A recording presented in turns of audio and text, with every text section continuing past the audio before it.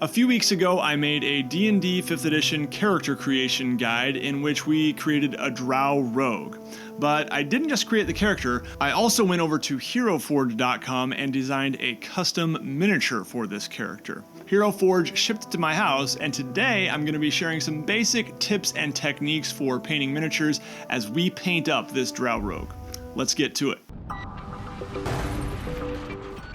Hi everybody, my name is Nate and you're watching WASD20, a channel about tabletop RPGs and fantasy maps.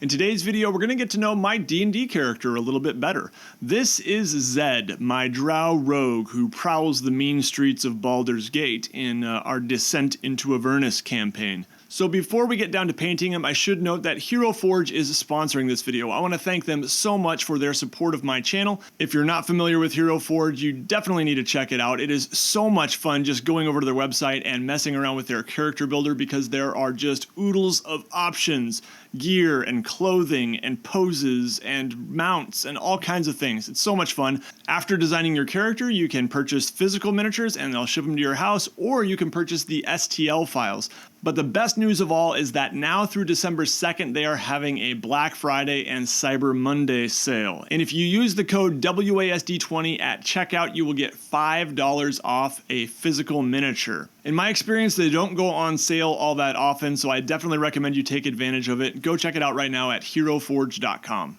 So getting back to my character here, I did spend probably 3 hours just messing with all the options and things in HeroForge for Zed here. You can see how he looks, and now you can see how that translates into their premium plastic miniature here.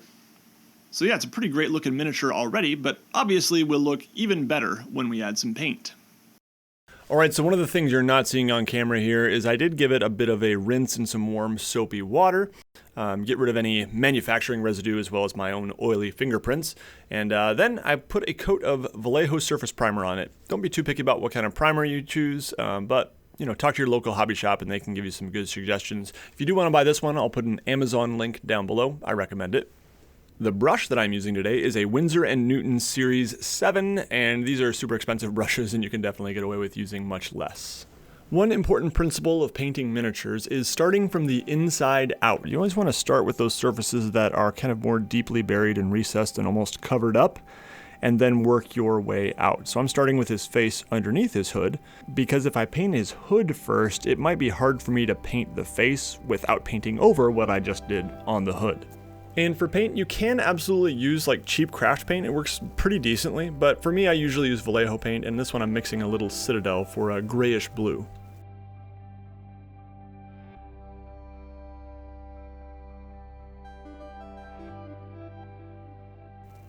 After 2 or 3 thin coats, kind of watered down paint to cover up the skin with my base color, I then moved on to my highlights, adding some white to that gray mixture. And you can see me applying that here just on the most raised edges where the sunlight would hit, probably if the sunlight were more directly above. Now you can see I also layered some pale green paint on his pants, and I'm doing his sleeves here as well. I ended up liking the color, but it was really a fail for 2 reasons. Firstly, I didn't end up liking the way the green looked once I added some brown. To me, it made him look too much like a ranger when I was going for a rogue look.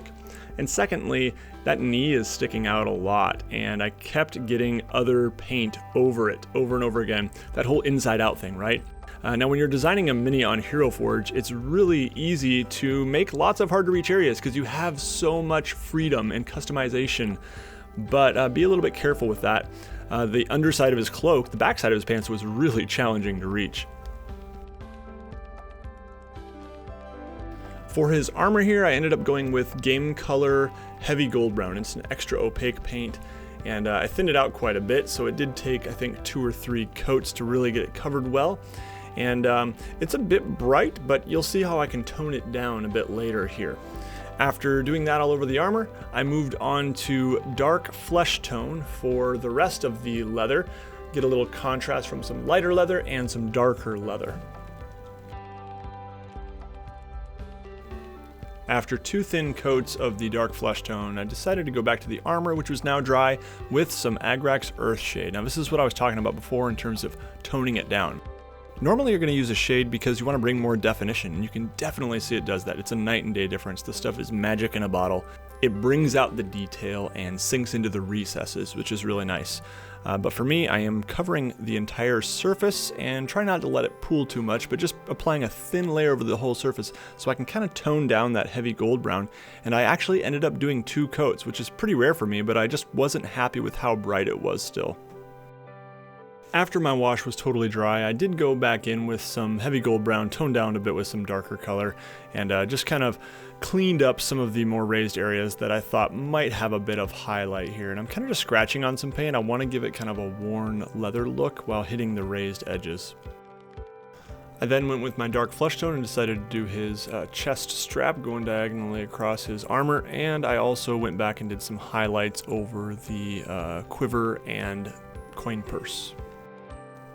Now this model does have some kind of little gem or something on his chest, and so I decided to make that bright color. It's always good to look for an area where you can add a little splash of color here. So I used 2 different shades of purple, kind of a dark purple and light purple, to go in and do that. Now one thing I'll say is here you can see me painting his boots the darker leather color, and you can see I did his pauldrons the lighter leather color. So, you know, I thought about doing a new color, but when you introduce too many colors, a lot of times you're making your life more difficult than it needs to be. I have 2 leather tones, and that's really enough on this guy. I also ended up doing the hilts of his weapons in that dark leather color, and I even did the crossbars, which I'm eventually going to be doing more of a goldish bronze color, but brown does make a nice base coat when you're doing a goldish color. For the blades of the sword and dagger, I'm not going to get too fancy or anything. I'm just going to be putting on some chainmail silver. 2 coats should do the trick over the black.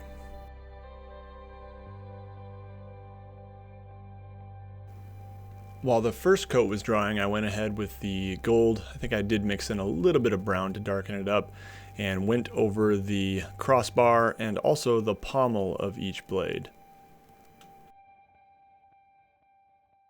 I got out my Agrax Earthshade to do a little wash on the handle of each blade, and also realized that I owed a wash to the pauldrons and the boots as well, so I went ahead and did that too. With the sword and dagger, this can just kind of create a nice little shadow in between various colors that I really like. While there was certainly a bit of detail I would decide to mess with later on the miniature, for the most part I'm done with everything except for the cloak, so I decided to move on to that. I am base coating it in a Nightmare Black. It's a Reaper color, and it's kind of transparent.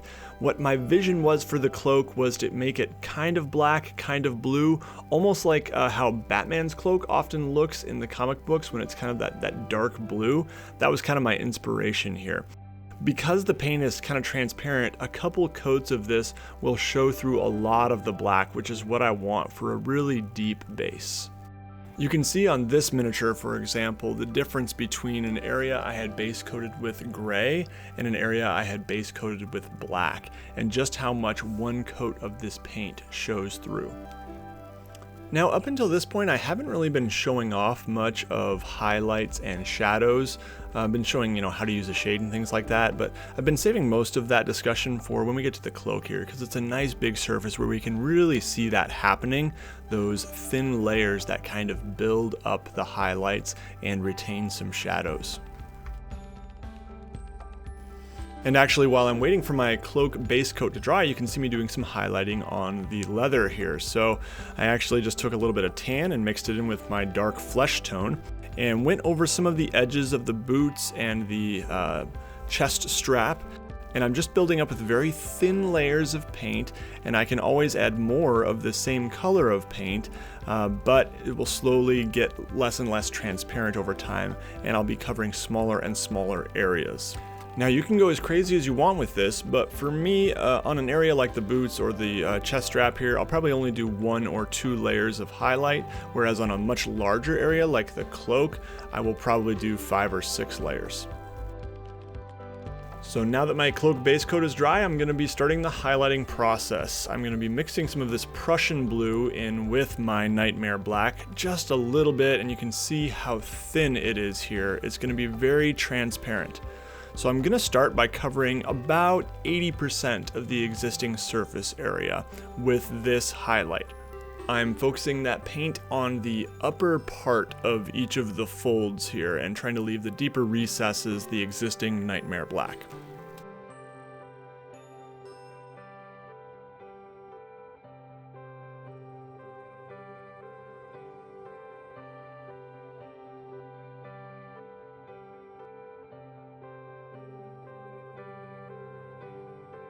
As soon as that first layer of highlight is starting to dry, I am going back to the beginning and highlighting again with the exact same color, same transparency, just trying to get a little bit less this time, probably getting about 60% of the surface area this time instead of 80%. And you can see already that this is starting to look pretty good here. We've got some nice highlights and shadows. Our next step is to mix in a little bit more of the Prussian blue with our Nightmare Black, just to bring it up a little bit more. So I went ahead and did that, and I think I highlighted probably 1 or 2 more times, just slowly covering less and less surface area as I went. And after a couple layers of that, we can go even brighter here, bringing it up with a flat blue now, just adding a bit of that into our mix. Now, I might have brought it up a little bit too high here. It kind of just depends how much contrast you want and how much you really want it to pop. But I am covering very little of the surface area with this higher highlight here.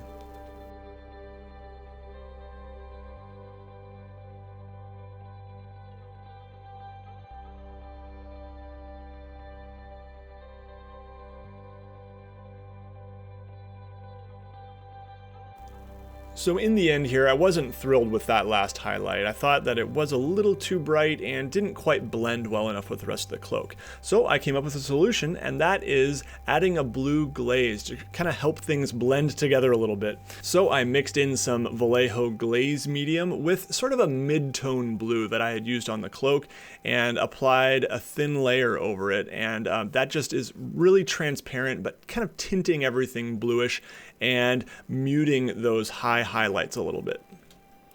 Overall, I was really pleased with how that turned out, actually. I think it worked and achieved the desired effect. Just be aware that when you're working with a glaze, they do take a long time to dry. That's why a lot of people actually use them in wet blending techniques too.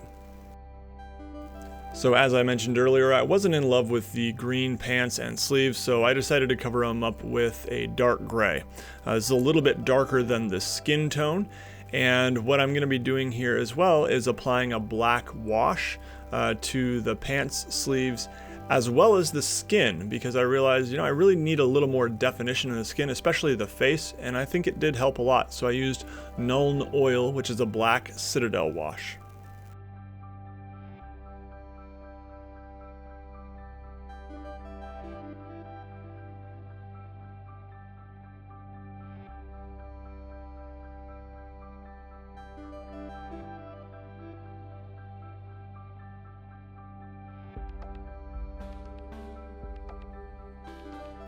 A couple other minor details I'll mention, just things I did along the way here. I did add some highlighting to the pants with a little bit of a gray. I did paint the fletching on the arrows, kind of a yellowish color. I painted the buckle on his chest strap gold. And I also, at some point pretty early on, you may have noticed I did the eyes red, and I didn't show that. I didn't have my camera on at the time. It was a very nerve-wracking process, just trying to get a little dot of paint on my brush and just dab it in there. Always keep your skin color handy to cover up any mistakes with that sort of thing. Alright, and of course the last final touch here is painting the base. So I am going to be painting it with this bone white here. It's got this really cool cobblestone look. That was one of the many options on Hero Forge's website. And you might think that's kind of an odd color to paint this cobblestone, but the reason is we're going to be putting a black wash over it, and it will look gray after we do that. I also did go in here and paint a few stones in different colors, just to add a little bit of variety and maybe make it look more natural. Then we kind of slather that black wash all over the base here. I might have put it on a little bit too thick in hindsight, but overall you can see that it does sink into the recesses and just lets you see that nice texture from the cobblestone base.